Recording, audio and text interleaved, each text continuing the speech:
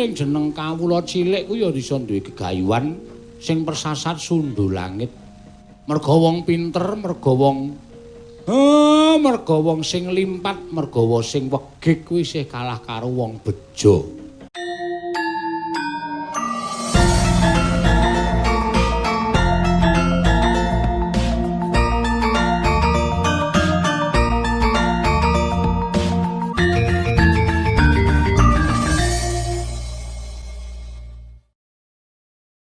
Ya jagat Dewa Bathara, ya jagat Pangestunggara.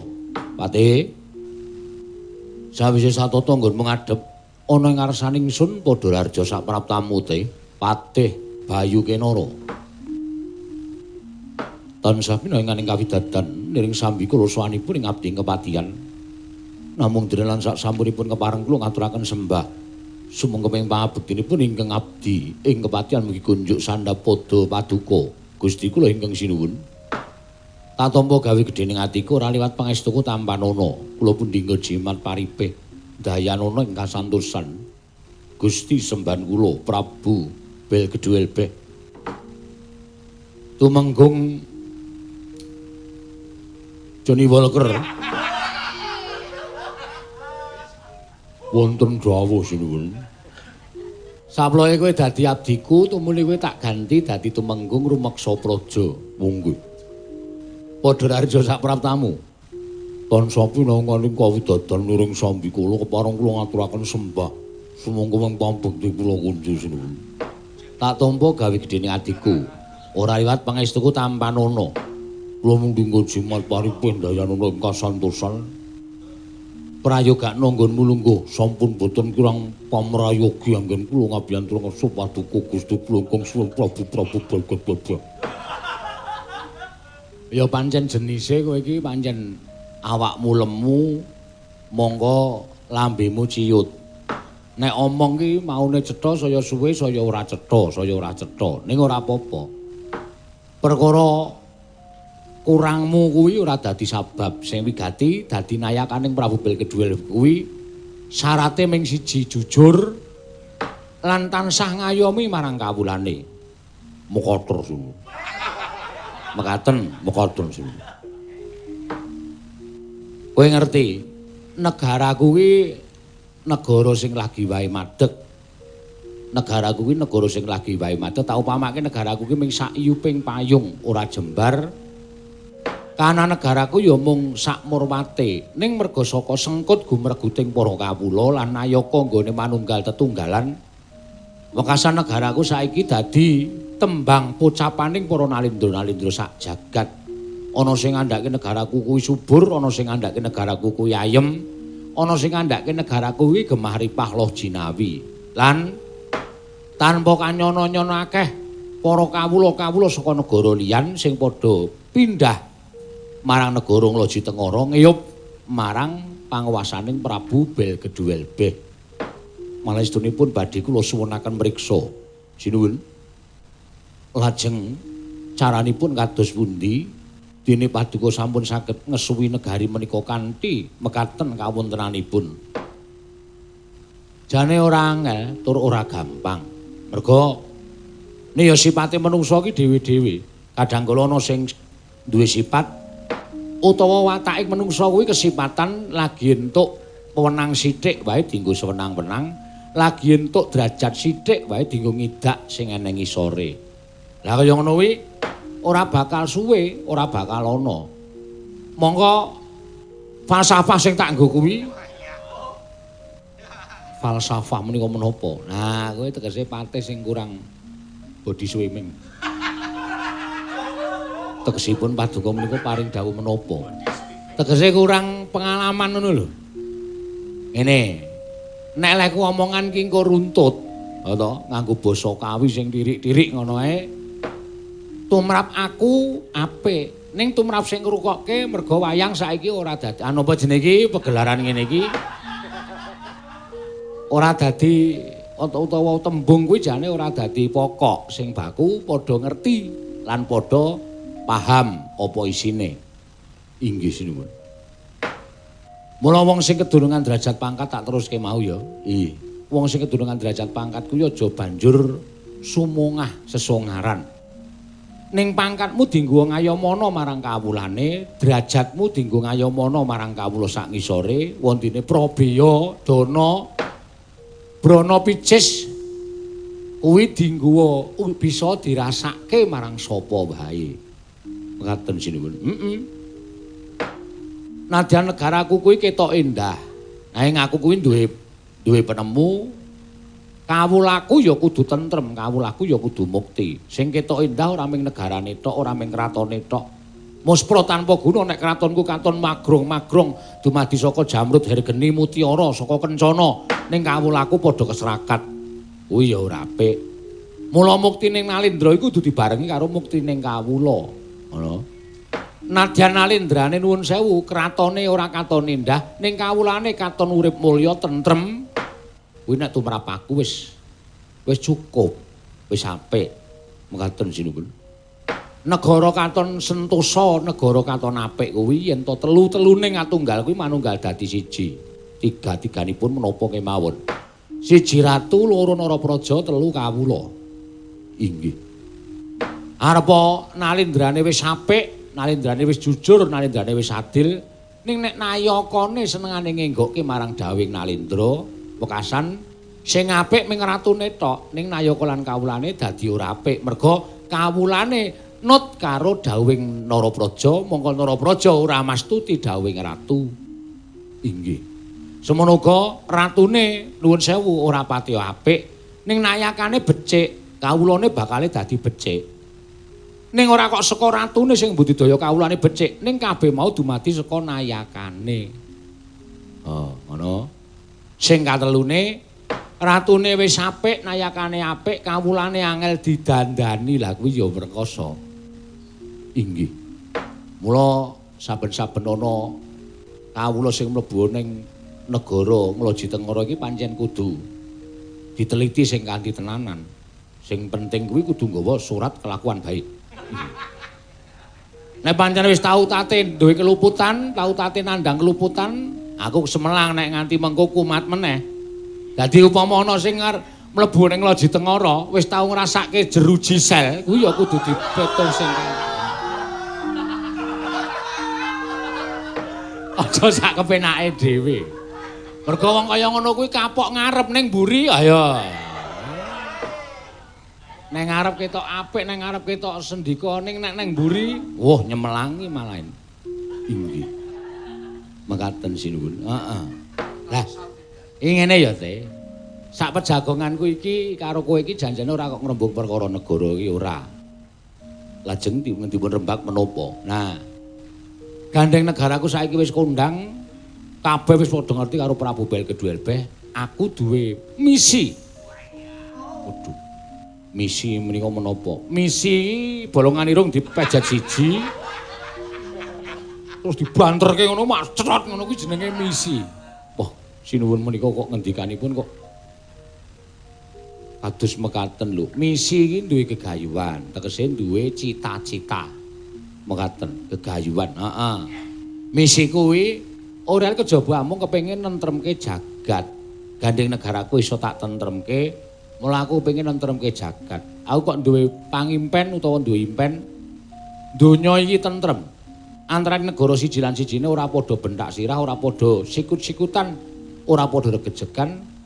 Sing tak jaluk mung padha urip bebarengan ana ning jagat iki direksa bebarengan. Merga kowe karo aku ming sak drema nglakoni urip ana ning jagat. Kowe ora yasa, kowe ora gawe, kowe ora tuku. Donya iki sing paring sing gawe urip. Lah, donya iki dienggo urip dening para titah mau, direksa, dijaga, aja nganti dienggo ajang regejegan. Luwih-luwih kok regejegan perkara bedaning kapercayan. Lah iki saya medeni banget. Inggih. Mula dina iki aku pengen gawe tentreming jagat. Nuwun sewu. Menapa mboten nuwun sewu simpun? Kinggilen anggen paduka nggadahi gegayuhan. Kose wong kuwi diwarangke duwe gayuhan sak dhuwur-dhuwure. Ngono. Perkara kelakon lan ora iku gumantung karo pambudidayaning sing duwe gegayuhan. Monggo aku duwe gegayuhan nentremke jagat. Lah ora terus jagat iki tak gawe tentrem Ming sedhela kanthi wektu sedhela terus dadi tentrem ora, ning mbaka sithik. Aku dadi ratu kana negaraku kaya ngene iki ya mbaka sithik. Aku gawe tentreming jagat ki ya mbaka sithik. Carane tak pilih. Tak pilih sapa ratu-ratu sing paring wis bijaksana, ratu sing wis apik, ratu sing wis becik, ratu sing wis bener, kuwi ora tak ugreh-ugreh negarane. Nek ratu kira-kira sing pancen watake angkara budine Candala, lha kuwi dadi kewajibanku ngelingke ewadene dielingke ora iso. Ya wis mesti kudu kanthi caraku ling-elingke ratu mau. Mula kang saka kuwi iki bakal ana gawe gedhe te. Kowe aja nduk kendhone kan mudantan malah kepara kenceng ana. Dina samengko ana negara sing tak inceng dadi tuk sumbering perkara gegeraning jagat iki. Pundi sinuwun? Negari menika menawi kepareng paduka utusan kan kula. Kula ing badhe ngemutaken dhateng Nalindra menika kala wau. Ora ana kejaba mung negara Ngastina. Sing dadi ratu Prabu Duryudana pangareping para Sata Kurawa wis kondhang ratu julik, ratu jahat, angkara murka. Nek kena dielikke, nek ora kena, nek perlu negarane dibedah. Kuwi pengajapku te. Sikra-sikra yen permana kanca. Sikra ngrakit nawang sesangka.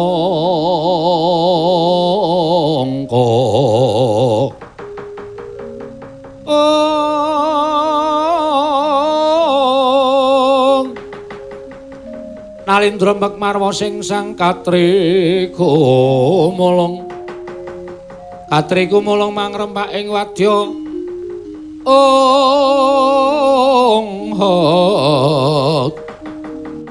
Purtokura reka kiri-kiri. Lo nanggono magawe gelari rawang-wang.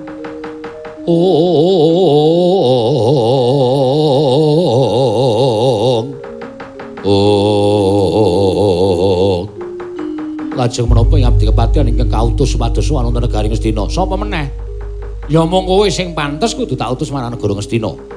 Yen pancen Nalindra Ngastina Prabu Duryudana kuwi wegah napa wawarah nampik pitutur becik. Pancen wis ora kena didandani. Nek perlu sumeten genining peperangan te. Kowe aja wedi mati. Upama matimu ning peperangan mengko kalah karo wong Kurawa, matimu bakal mati said tinampa dening panguwasaning Gusti, kowe diunggahke ana ing swarga merga kowe merangi watak angkara budi Candala. Aku ya ora bakal mangkuwasta wisuh lumuh ngentasi perkara. Aku dhewe engko bakal ngawat-awati lakumu nek pancen kowe engko dadi peperangan, aku ora bakal negake lawan kowe te. Ui, ngestaken dawuh. Nah itu lho makaten kula nyuwun pamit madal pasilan sing ati-ati aja kaya bocah cilik. Tumenggung remeksa paja.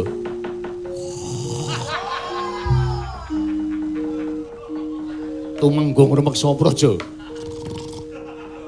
Aku ra is muni to. Lemangan ki nek is adan isak. Senengane urung ana tandha kok wis do ndisiki. Lah, ra tenan to ora kalap babar blas ora. Ormasaku kaya wadyabala ora terpimpin. Anggere semepak terus yo. Mbok yo nunggu dimanggake. Wong ya ana sing di omah kok sak penake dhewe. Jawena kuwi te. Tumenggung. Wonten dawuh. Ngatutke Patih Bayu Kinara budaya negara Astina. Nono wis kendhanyun pamit madal pasilan. Sing ati-ati aja kaya bocah cilik nyuwun pamit madal pasilan sinuwun ya. Engko tak odol laksaku jantramu te.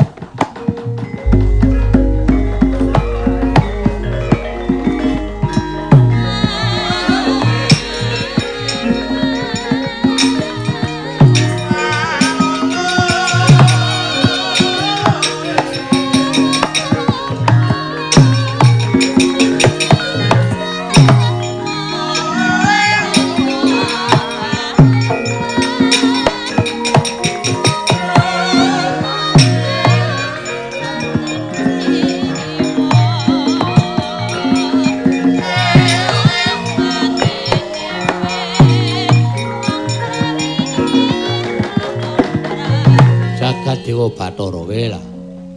Ayem pikirku. Merga rina pantaraning rati tansah diwebeda, nggonku mukti iki kudu iso netepi karo tetembungan migunani tumraping liyan. Nek aku iso ngelingke Prabu Duryudana, tegese uripku migunani tumraping para kawula sak negara Ngastina. Nek perlu kawula sak donya sing rumangsa didak dening Nata Ngastina Prabu Duryudana. Aja kuwatir aku ngodol akumu saka kadohan. Adoh tak ceraki, cerak tak dohi, Teh.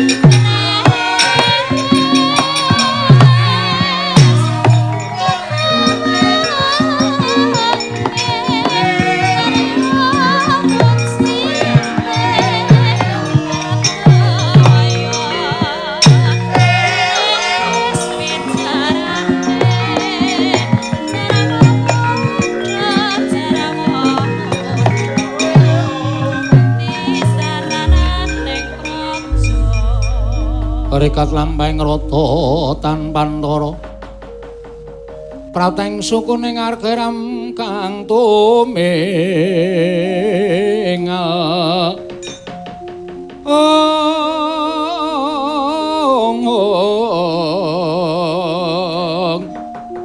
eram kang tumingal dendeng saengga praja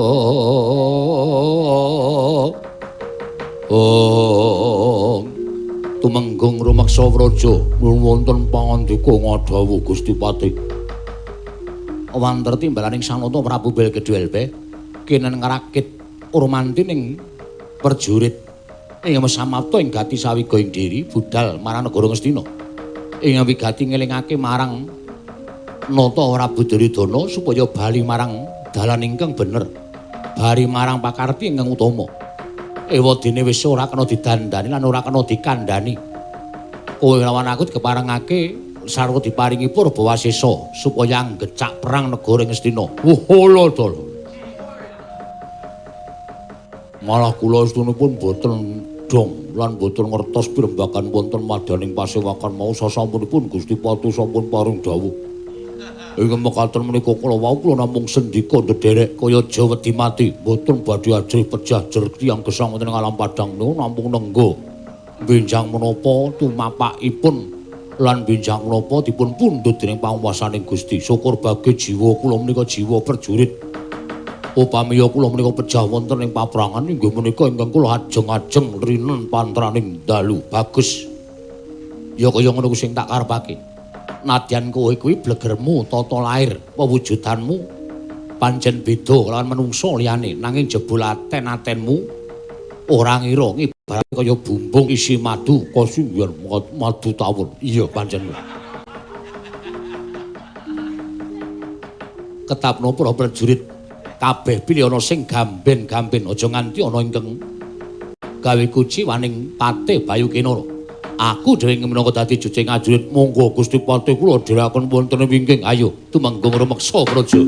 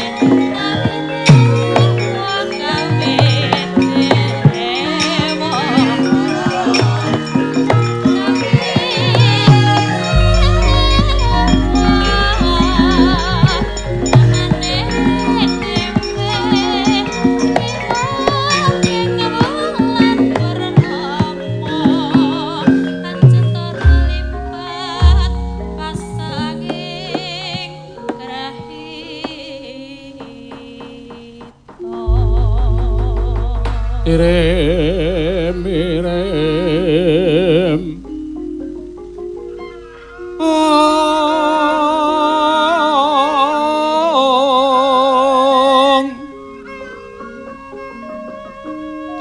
popong teratebang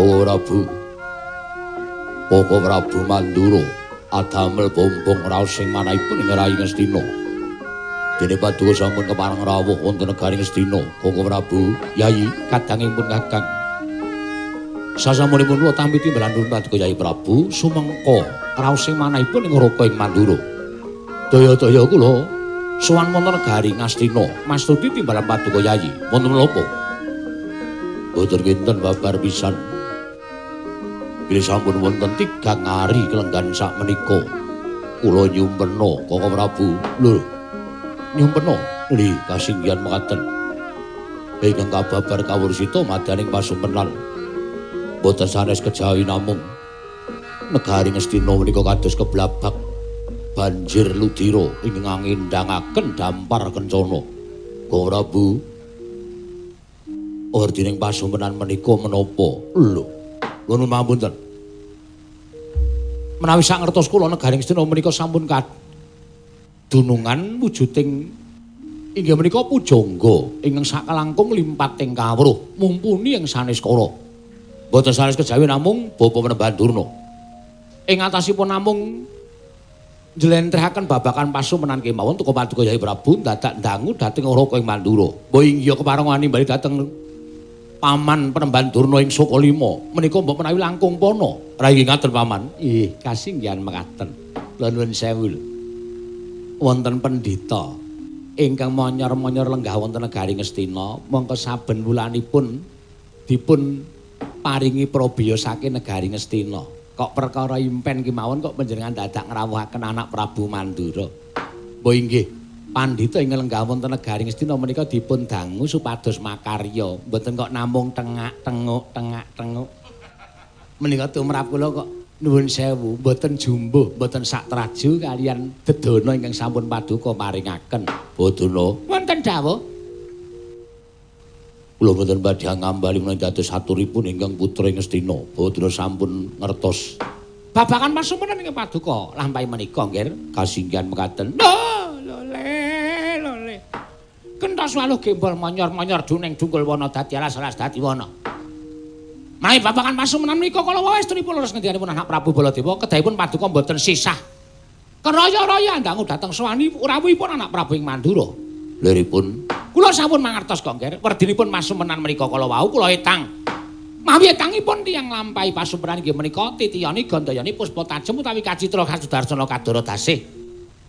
Iman paduka menika kala wau nalika semanten paring dawuh wancinipun para enjang gagat bangun enjang tegesipun menika manjing wonten ing puspa tajem utawi kadara dasih impen ing badhe wonten kasunyatanipun nek pancen ana kasunyatane Kakang Duna saiki ngendika pralambita impene mau kepiye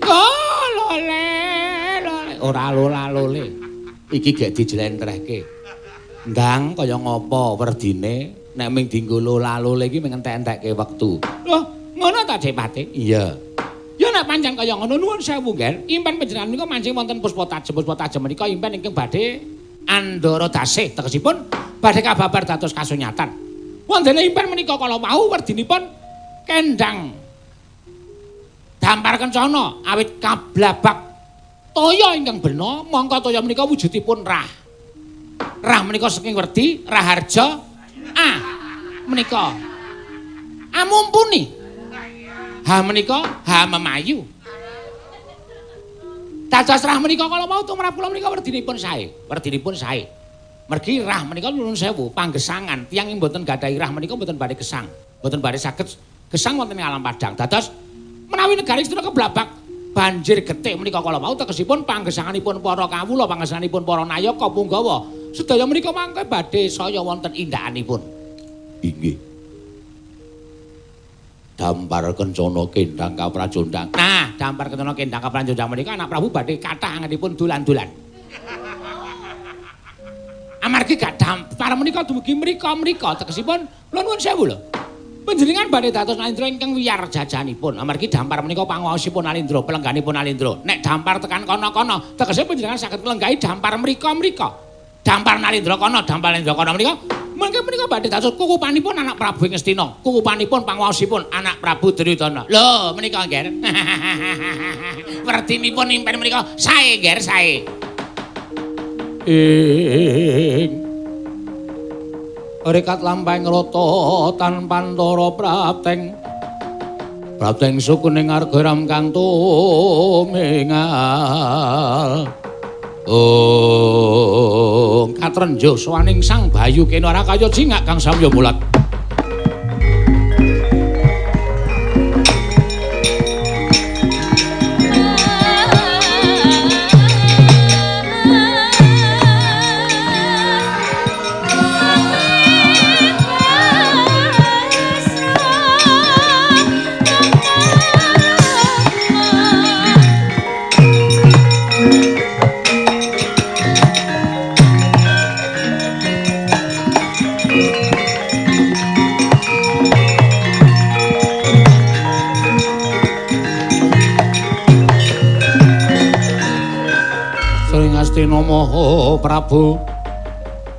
Maha Prabu Duryudana alon pangandikanira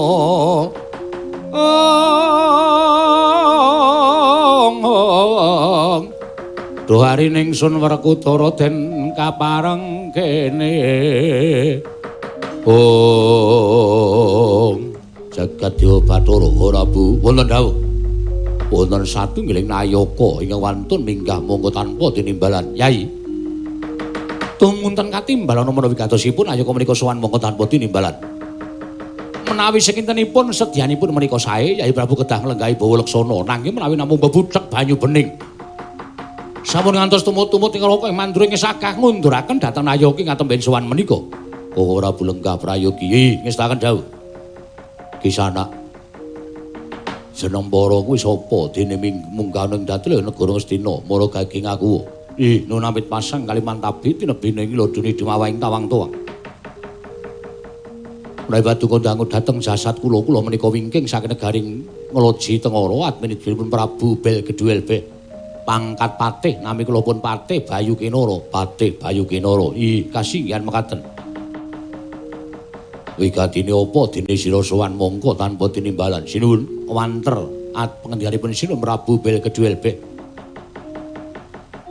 anggenipun ngutus dhateng abdi sowan dhateng ngersanipun paduka Gusti kula ingkang sinuwun ing Ngastina sepisan ngaturaken sembah bektinipun Gusti kula mugi kunjuk angga kalih gandeng jagat menika sampun mangertosi lan jagat menika sampun kebrebeken dhateng kumandhangipun Nalindra Ngastina inggih Prabu Duryudana nuwun pangapunten Tuhu Nalindra ingkang watak angkara budi candala mila kersanipun Gusti kula ingkang Sinuwun Prabu Bel Gedhuelbe samangke Gusti kula Prabu Duryudana keparenga anyingkiraken pambegan ingkang awon tuwin watak ingkang tansah nalisir saking angger-anggering kautaman monggo mumpung tasih jembar kalangane mumpung tasih padhang rembulanipun Ratu Gusti kula Prabu Bel Gedhuelbe ingkang sagah anuntun anggen paduka badhe kundur wonten margi ingkang leres sampun ngantos mangke dados kamurkanipun Gusti kula Prabu Bel Gedhuelbe menawi ngantos dados kamurkanipun Prabu Bel Gedhuelbe nadyan sesembahan kula menika saking negari ingkang namung sakiyuping payung nanging boten badhe wang-wang menawi bedah negari Ngastina iblis lanak karepe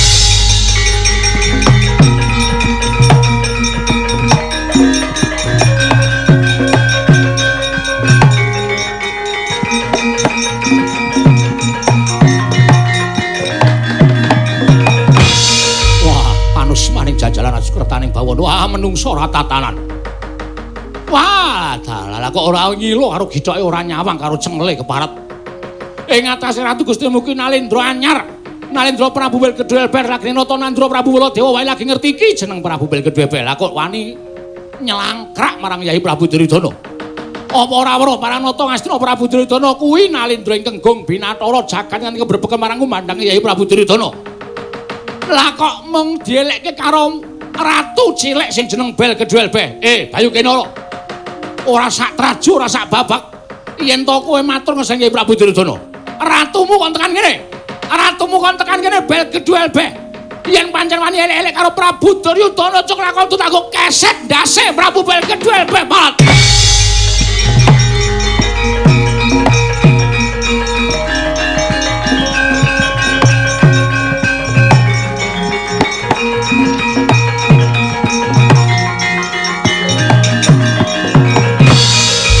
Gugu karepe dhewe. Kowe wani ngina kalawan Ratu Gustiku Prabu bel kedua LB. Oh Prabu Baladewa aja sumungah sesungaran. Aja sombong, aja umuk.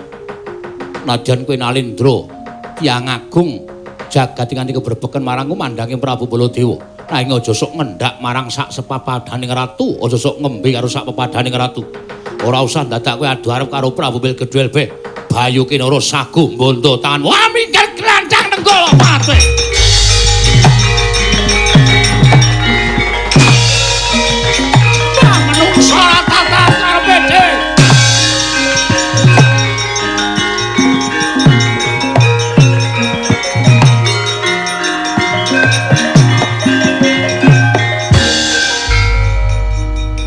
Jebul sing jeneng Getih niku arep kondang. Hus. Mbok ora sok omong kaya ngoten niku Depate. Sing jeneng pambatange wong niku iso bener iso kleru ngoten. Ah, niki jane sing dadi sumbering perkara menika anak Prabu Baladewa. Lah kok ngendika kok sapenake dhewe. Ana sirahku arep dadeke keset, nggih ta? Napa wangun? Ayo mesti nesu wong sing jeneng keset niku mung saka napa niku? Kelapa dituthuk niku napa jenenge? Merambut. Nah. Niku umbut niku. Nggih. Pendhita elek tenan. Lah ora ngerti jenenge kok. Pripun, Jen? Kula ajeng ngetapaken para sada Kurawa Koko Prabu dipun amping ngantos sampun ngantos kawon kaliyan Bayu Kinara. Ini sekaken jauh.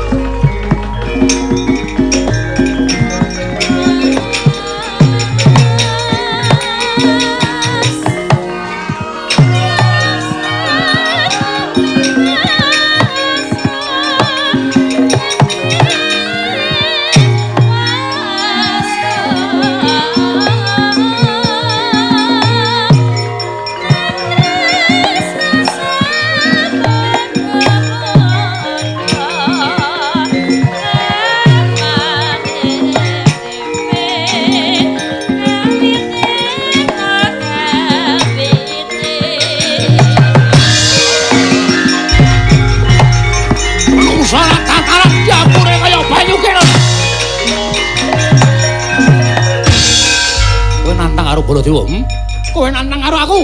Wis jelas nyawang gelaring jagat semeng rembulan. Pengen tinjuk ngakhirat nyawamu kowe wani karo Baladewa. Nuwun sewu Sinun. Yen to jatine aku ora bakal wani karo sampeyan ning gandeng sampeyan nuwun sewu Nalendra ingkang sumungah sesungaran. Apa mbok anggap wong sak donya ku sing menangan dhewe ming Baladewa. Wong sak ngisore Baladewa kabeh kudu kalah karo sampeyan nuwun sewu. Arepa yen ditimbang babagan kasekten aku kalah karo sampeyan. Ning gandeng aku ngadeg ana ing bebener. Nadyan tekan jeking pengamun-amun ora bakal aku uncat yen perlu remuk sawurna putung bandemna tak ikhlaske nyawamu piye tak ikhlaske nyawaku wah iblis salat ora minggat kelakon tinjau ngakhirat nyawamu kuwi parat menungso ora tataran nantang karo Baladewa.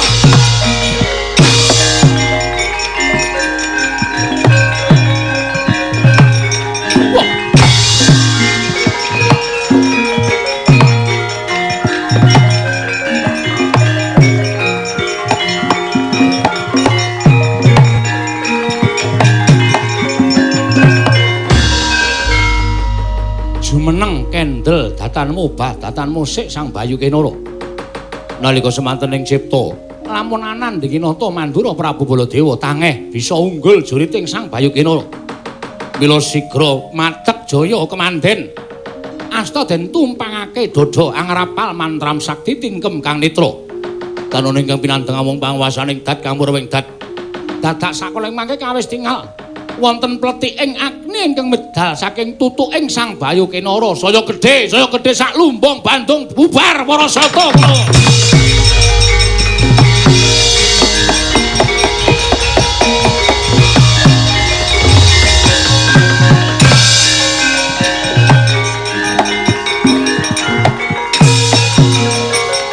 Panos maring jajaran penuturan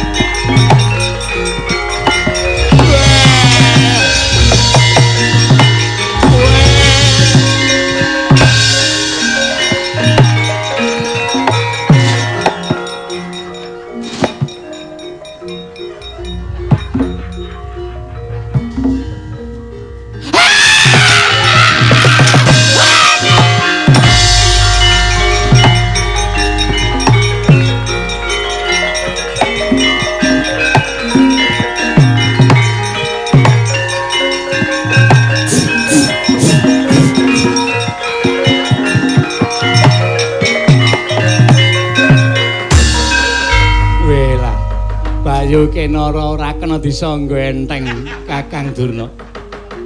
Ngetokke geni sak lumbung bantung anak Prabu Mandura melayu sipat kuping lawan anak Prabu Duryudana mbuh menyang endi metu alun-alun pepungkuran.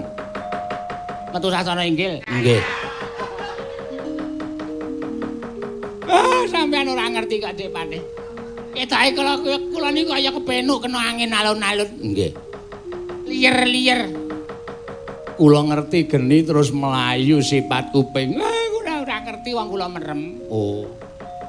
Konten suara mak kritik. Geni kok ngerti nggon merambut. Aduh niki saniki kaya tomat. Wah. Malah dicethake lah. Melayu mawon suwanteng negara Ngamarta niku.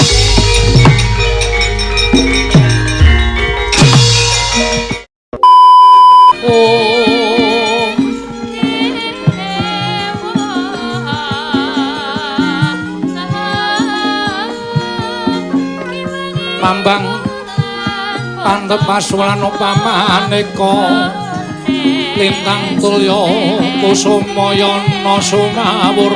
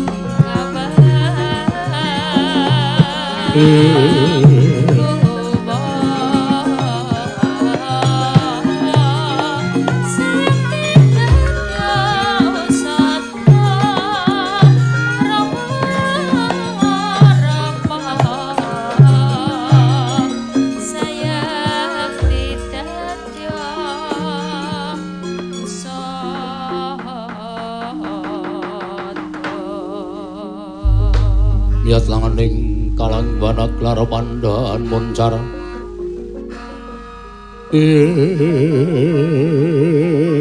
non lir kekonang surem sorotetan padang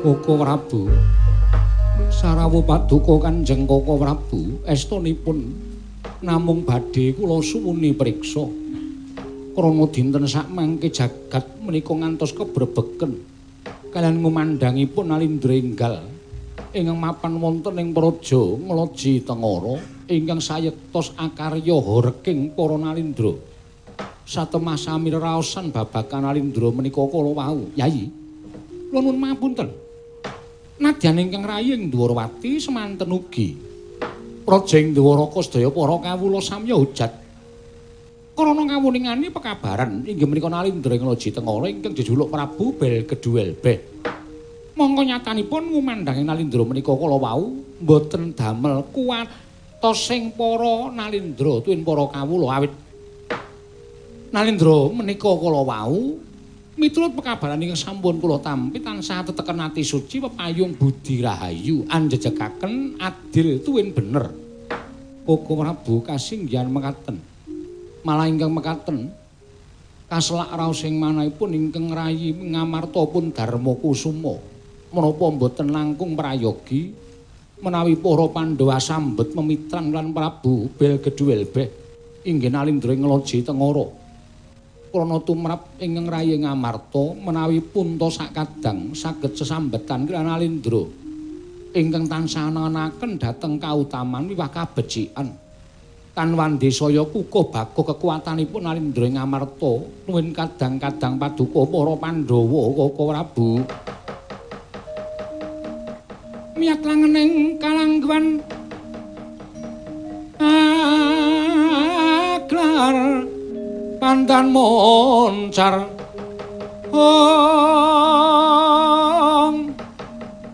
tinon ler kekonang surem sorotetan padang kasor lan pajaring purnaming kekono dasare mangsa katiga ing dereng ngantos paripesami Mbawacana katrenjo rawing nata agung ing mandul tuwin nata ing Astana Prabu Duryudana karya cingak sangya para Pandhawa wau. Dewa-dewa Sugata ngutani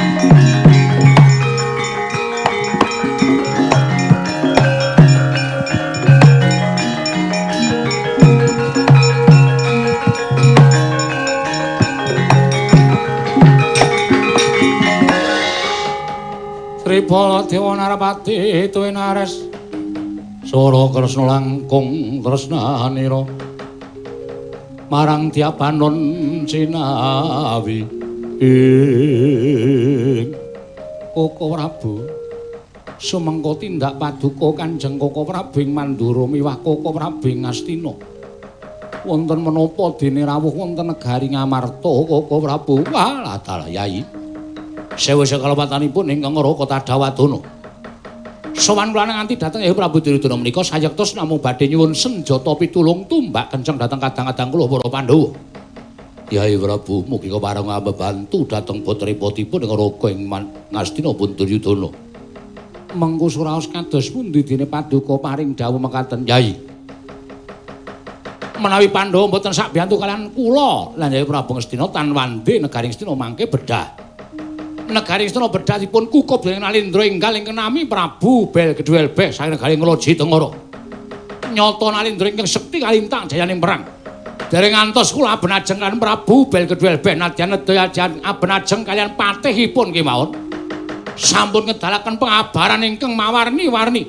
Satemah kula lan Yai Prabu Duryudana kepelajar wonten negaring Ngamarta mriki lan bubar sanggaya para sata kula nungsang puyang numbuk bentus lampahipun.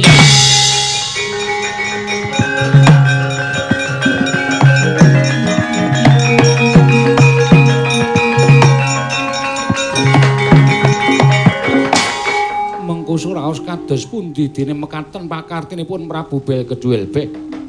Mongko nyatanipun pawarta ingkang kula tampi Nalindring Ngloji Tengara tu Nalindring ingatan sak nengenaken dhateng kautaman.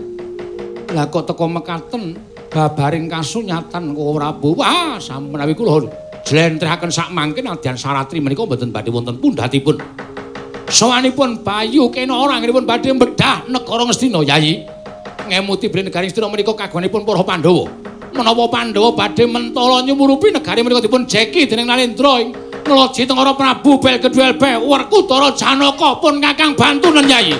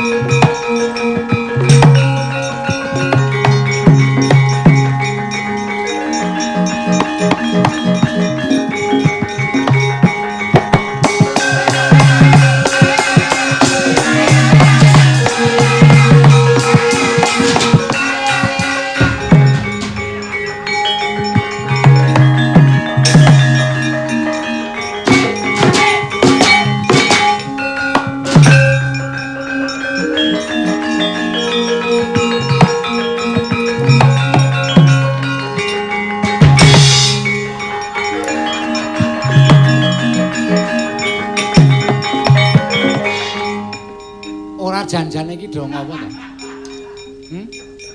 Kakang Semar kowe iki apa kurang apa piye? Lemu nyemar iki rak wis suwe to. Gojek seprono sprene wis mangabat-abat kok ora tok kurangi malah saya ndodro. Kowe iki wis tuwa lho. Ya kudune kowe iki iso ngomong karo anak-anakmu ngandani karo anak-anakmu. Garing barang ki ngopo? Petruk barang ki ngopo? Bagong kuwi malah saya. Kowe iki wis gerang jengklit-jengklit. Nek katokan mono wong ora lho anggere jengklit sarunge semilak karo tak tutuk-tutuk. Wah, gowo telo ora entek-entek. Sanes. Dudu. Sanes, seneng sampean niku ngarani ora meko. Nggih. Enten apa?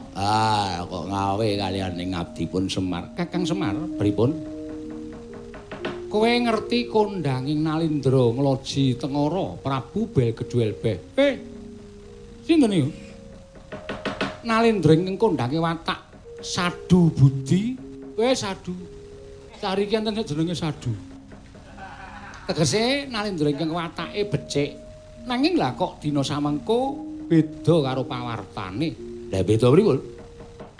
Dina mengko Prabu Belgedwelbeh niku wani mbedah negara Ngastina. Woi, ayo.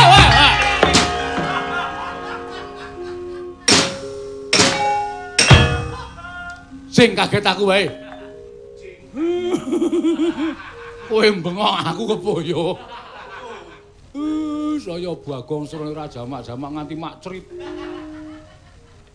Ono wis sik ono. Wis ben. Wis ben pliket mbok. Ora bisa mbok men. Mula bendaramu saklor niki awat-awatono mungsuh Prabu Balkedwelbe. Mengko nek kalah kowe matur karo aku ya Semar. Ngestokaken dawuh. Yo. Yo. Iso. Oh, nyambut gawe. Nyambut gawe. Ngestokke ndaramu Ndara Janaka. Werkudara Janaka Balkedwelbe. Patihe Bayu Kinara Kapethana. Yo, ngestokke dawuh.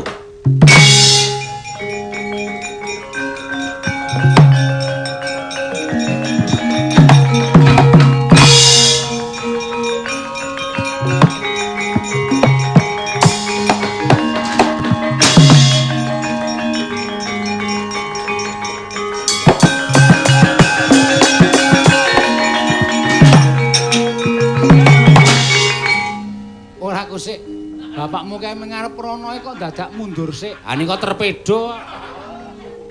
Sing niku torpedo. Dadi nek arep maju niku dundurke sik. Ora iso nek langsung maju. Ora nika niku kuna kok ya. Woh, lah rak ngono ngerti ta kok nggih. Ayo lho karek monggo. Dadi sampean nyuwuk gending niku mung takon perkara torpedo niki, Pak. Ya mung gumun arep maju kok dadak mundur. Ayo wong tuwa kaya karangan.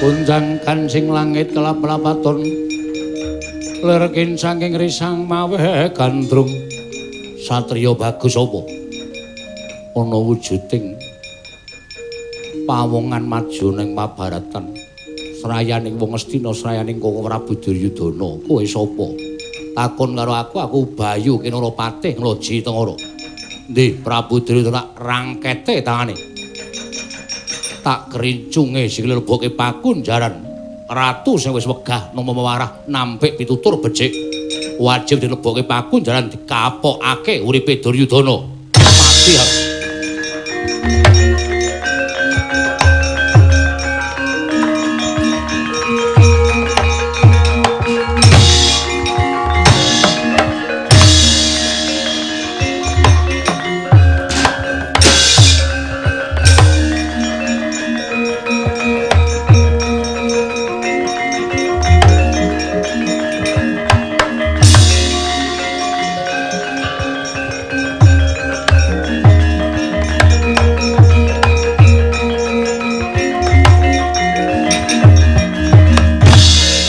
piye teh sinuwun Ngastina kepelajar tumuli kula bujung sasamunipun kula bejung jebul piyambakipun ngiyup dhateng ngersanipun para Pandhawa sinuwun menawi inggih kula lan panjenengan badhe ngrabasing negari Ngamarta jernyatipun Ngamarta menika punjer-punjering kesaenan lan punjer-punjering kabecikan ning nek wong Pandhawa ngewangi karo wong sing watak angkara Budi Candala ibarate kaya dene ngayomi karo maling mongko maling mau kudu dihukum anut pernataning hukum sing wis lumaku kepareng paduka nek kowe ora mentala kowe ora tegel mundur tak tandangane wong-wong Pandhawa iki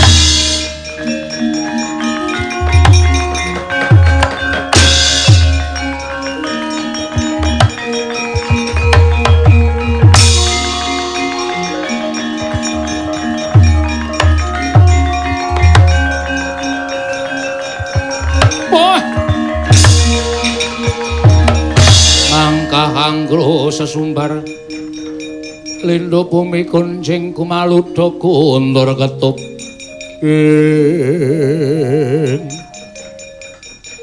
iki sapa takon marang aku Nalendra Ngloji Tengara Prabu Balkedwelbe ya Prabu Tong Cret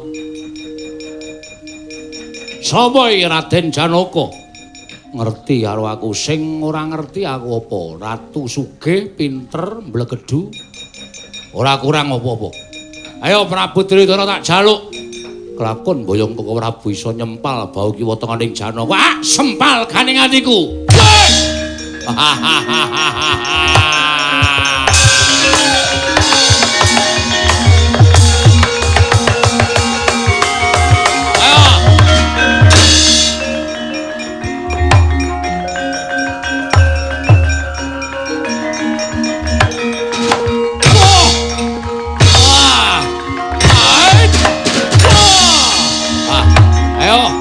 Sapa ngayomi ratu ngambek angkara.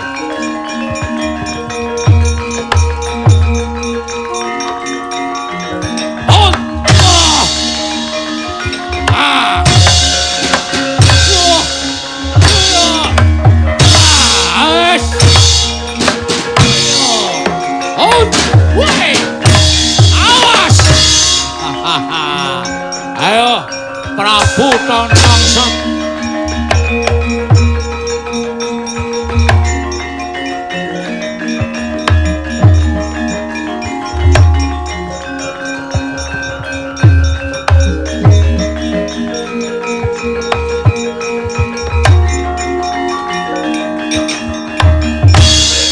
Kunjang ganjing langit kelap-lapaton lerking sanging risang mawe gandrung piye Janaka mboten aneh menawi Koko Prabu Baladewa tuwin Koko Prabu Duryudana kepelajar ora aneh yen to bule kakangku karo Duryudana kakangku keplayu lho. Dasarmu apa kok kowe matur kaya mengkono? Amargi Prabu Kedhuel beh menika digdaya. Yo, Prabu Tontongsot didaya. Janaka ora ngetokke pusaka. Mboten tumama. Kyai Jalak nembe ngoceh. Sembrono. Niki sapa? Niki Kang Raka. Wancine ora guyon, wancine ora sembrono. Takon iki Kyai Jalak kok ngoceh. Ambok ngasta Kyai Pentret kula. Semar mundur. Mundur. Mundur. Ababmu iki lho. Nggih. Sembrono. Werkudara ora nggunakake kuku Pancanaka. Ora temama. Wis tak gunakake. Wis. Mbok sok dikethroki. Iki. Boten. Ya wis kana mundur. Nggih, Koko Prabu lajeng mangsaipun sinten? Wis kowe mundur. Perkara mungsuhe kuwi tanggung jawabku mundur. Inggih, ngestakaken dawuh. Werkudara mundur. Wah, kowe aja maju perang ndak kalah. Kalah menang ki perkaraku wis mundur. Wah, aku isin nek duwe dulur tuwa nganti kalah perang. Lah nek nganti kalah karo Prabu Kedhuel beh kan mbok ya ora usah dadak ngresna. Diwalik mau. Kula tak kresna sampean Semar. Ya ora wangun aku kok dadi Semar ki terus le nyebut ki ora wangun mundur ora Kodara. Yo. Semar,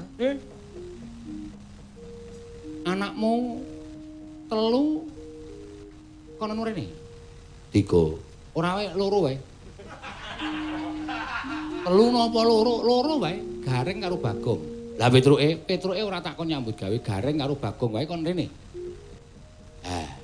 Saniki sok setu. Saiki mangkat ora? Gawe nesu ning Nalendra Ndarawati ki arep piye kowe ngajak apa kowe? Nggih kula. Iki kok awane do arep emosi kabeh.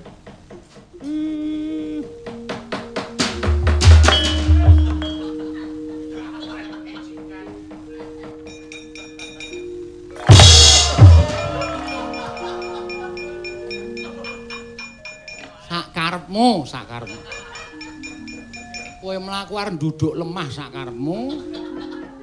Kowe sowan ratu arep nganggo jengklit sak karepmu wong kabeh mau ki pangreka dayaning Panakawan supaya iso gawe nuju prananing Nalindra ngono to? Nggih. Nggih.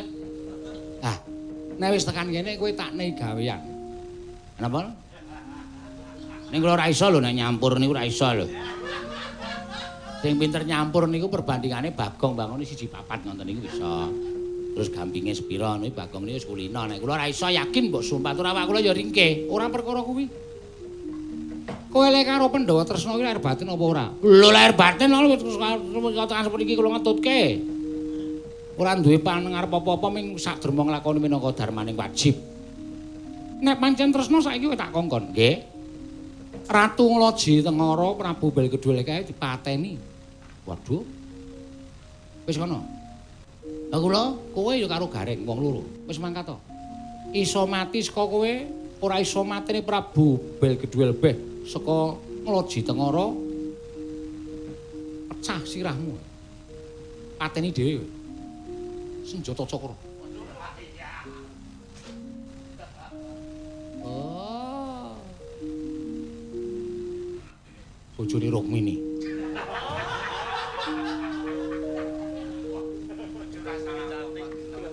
Marai mangkel. Jawa kok sapene wis iso mateni. Prabu Balkedul banyak cakra sirahmu, matek pati. Ane meng kari Jawa iso. Oh, coba mah. Ora kowe kok nesu karo Kresna kok sing sebut kok bojone to. Aku mbiyen yo sir. Tenane asline ya critani asline. Asline iki Ndara Rukmini mbiyen wis layang-layangan karo aku. Asli, weh domong ya. Tenan. Ada iki nyebut aku wis nganu darling kok. Mudhar ora eling tadine. Dhek nyebut aku darling, aku nyebut dhek Dariem. Oh. Ah, terus aku direbut Kresna, nganti-nganti dhek neng taman negara Kumbina. Terus do remet-remetan tangan kae. Aku yang ngalah to, aku mung ngabdi kok. Wis kono PN kono, ora masalah aku tak golek meneh. Malah aku nek karo kae jane asline dhek iki ngerti. Nek dawuh sak penake dhewe iki mergo dhek ngerti iki jane aku mbiyen saingane. Aku mbiyen iki jenenge nom iki tak ya kaya anu to, sadurunge Dekle, sadurunge aku cekot iki asline rupaku kaya apa jenenge pemain Korea, pemain artis Korea. Ini asli jenengku Kongguan. Wah, kerep remuk to? Heeh. Nek le nggawa diopyak-opyak ki remuk Kongguan. Ayo wis ben ra apa-apa. Mula aku nek nesu karo Ndara Kresna nek nyebut mesti bojone. Anake Rukmini ngono iki mesti dheke krasa. Oh, iya. Tenan. Iya Ndara Kresna iki pyaine alus. Lembah manah. Dhek tau kok nari aku gareng nek pancen arep tok pek-peken aku ora apa-apa. Mboten sing juragan sik aku ya ngono. Ndara Kresna ki ya. Ndara Kresna ki ya apa ki ya piyai ya. Anu lembah manah terus. Ah iya. Wis penake kono. Engko nek kowe dicokro ndase ngabari aku. Madhep rene. Anten apa? Sing biyen nom-nomane jenenge Kongguan sapa? Ah, pamen dawake wektu ya. Mengulur. Asline ya ora ngapa-ngapa. Wis to, kowe iki rasange lek ora tumandang tak pecah sirahmu kowe. Nggih saniki mawon.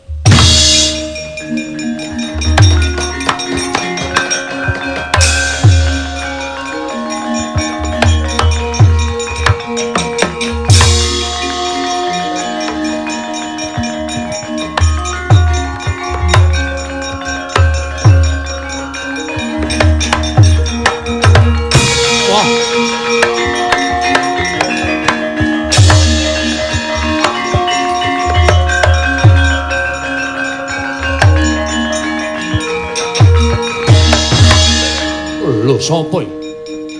Jebul wong Amarta kuwi aneh-aneh.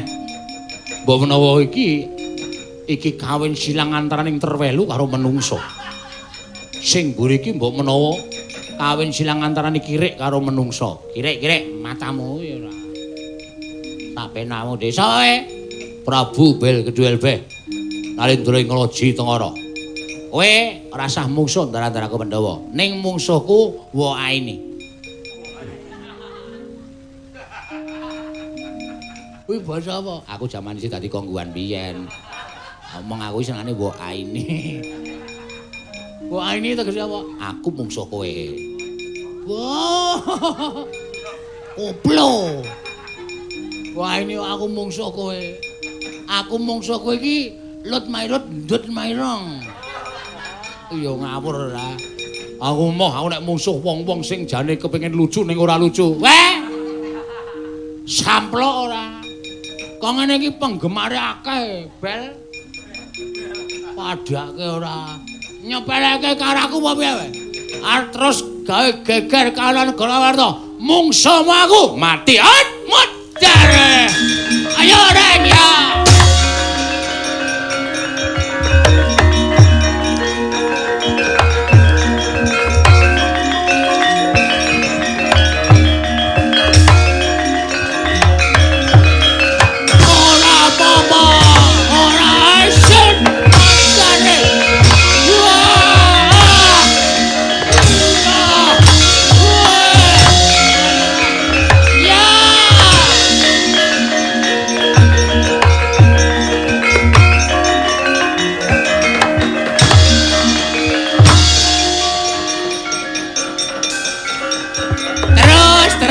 Terus.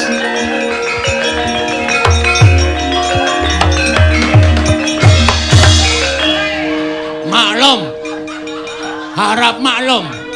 Pengrawe diambil saka Karang Taruna.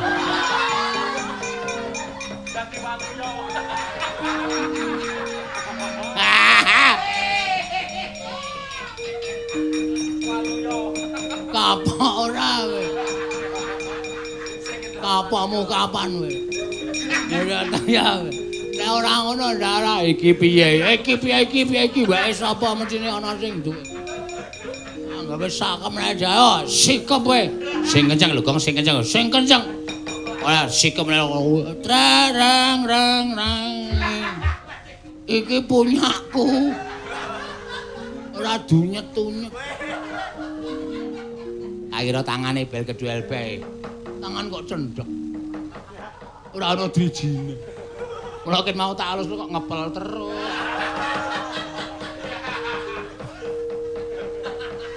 Ayo. Akhirnya. Waduh mati aku. Mati apa? Kudu tetep tekaning pati babar daning wujud Lurah Petruk Ganthong Bolong. Wes.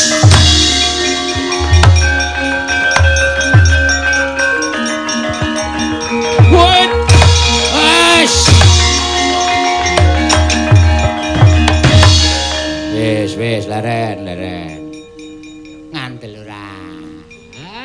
Ketok. Ketok kowe iki mang palsu apa-apa ketok. Akikmu ra tok ganti. Akik mata kucing sing tok nggo kuwi. Kuwi apal aku. Ketok. Cawetmu ora ganti. Ketok kowe mlotrak tulisane Jitimen ketok. Wah, lah cilaka ya. Ora cilaka ya pancen kaya ngono kok cilaka ora. Wis ben. Kapokmu kapan? Sinuwun Darawati, niki lho sing dadi ratu pun Badar.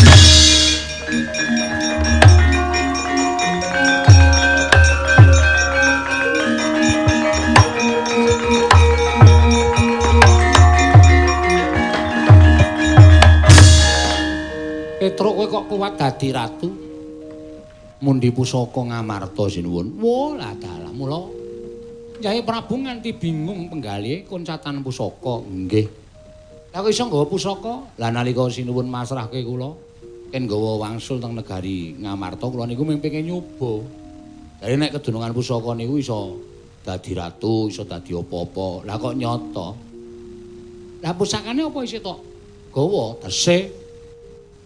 Tak suwun ngene. Tak jaluk bali.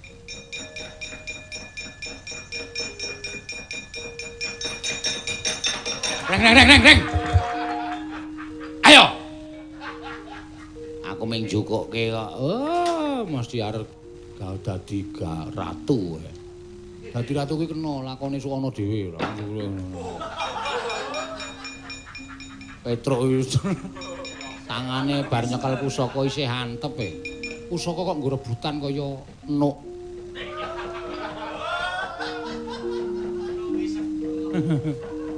Mangsamu padake ora. Ya wis nek ngono aku sing nekseni ya Petruk. Nggih. Niki ya menggo nyoba ternyata kawula cilik kaya kula niku ya iso dadi ratu. Mula ya mugi-mugi sedaya menika rancak samukawisipun. Iya apa kan? Sing dadi patih kae sapa? Sik, Truk. Iki coba sing dadi patih iki kudu diluruskan semuanya. Luruskan piye? Sing dadi patih kae sapa? Terus Petruk sing mau karo aku gara-gara mau sapa? Ah Petruke ganan rene, Reng. Oh ya.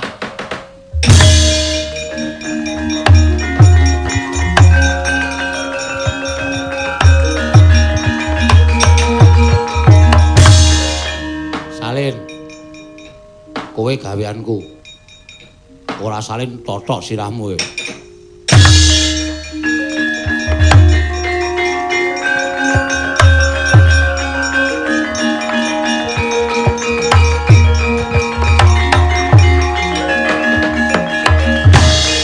Weh lah pusakamu anyar ta, Tru? Kowe kok nyolong horene blendis. Mohon perhatian. Kepada masyarakat jangan keluar dari rumah. Pakai masker, cuci pakai sabun, lalu di rumah saja. Jangan belanja, jangan liwet dan sebagainya. Tetap di rumah sampai mati garing. Ora sembrono iki. Yo aduh. Petel kok gedene semono ora.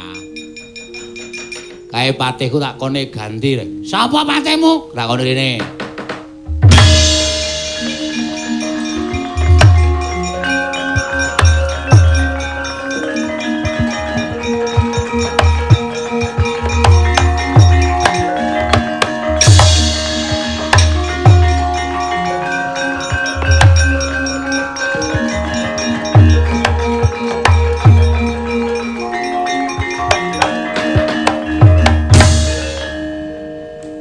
Bayu Kenara iki lelakone wis rampung. Bali kaya wingi uni, waduh mekaten. Iki lho ra. Heeh, aku ya wis badar kok ya Bali. Ih, ngestaken dawuh.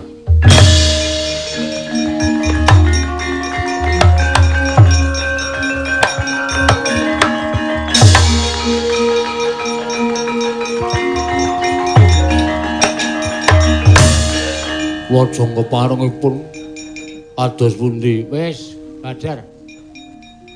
Pokoke kowe dadi tukang ngusungi salon meneh ya Ron Lasiron. Ngono kok karo nyambungi kabel ya.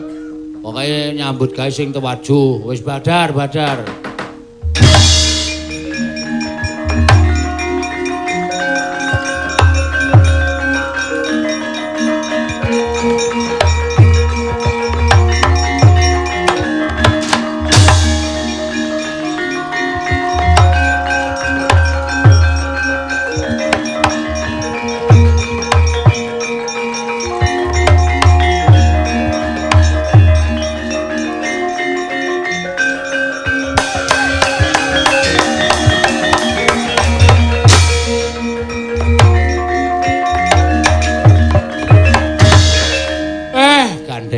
Wis paripurna dole. Ayo mlumpuk ning negara Ngamarta. Lakon sing kababar mbok lakoni iki mau sayektine minangka pepeling sarta pepenget. Sing jeneng kawula cilik ku ya bisa duwe gegayuhan sing persasat sundhu langit. Merga wong pinter, merga wong sing limpat, merga wong sing wegik kuwi isih kalah karo wong bejo.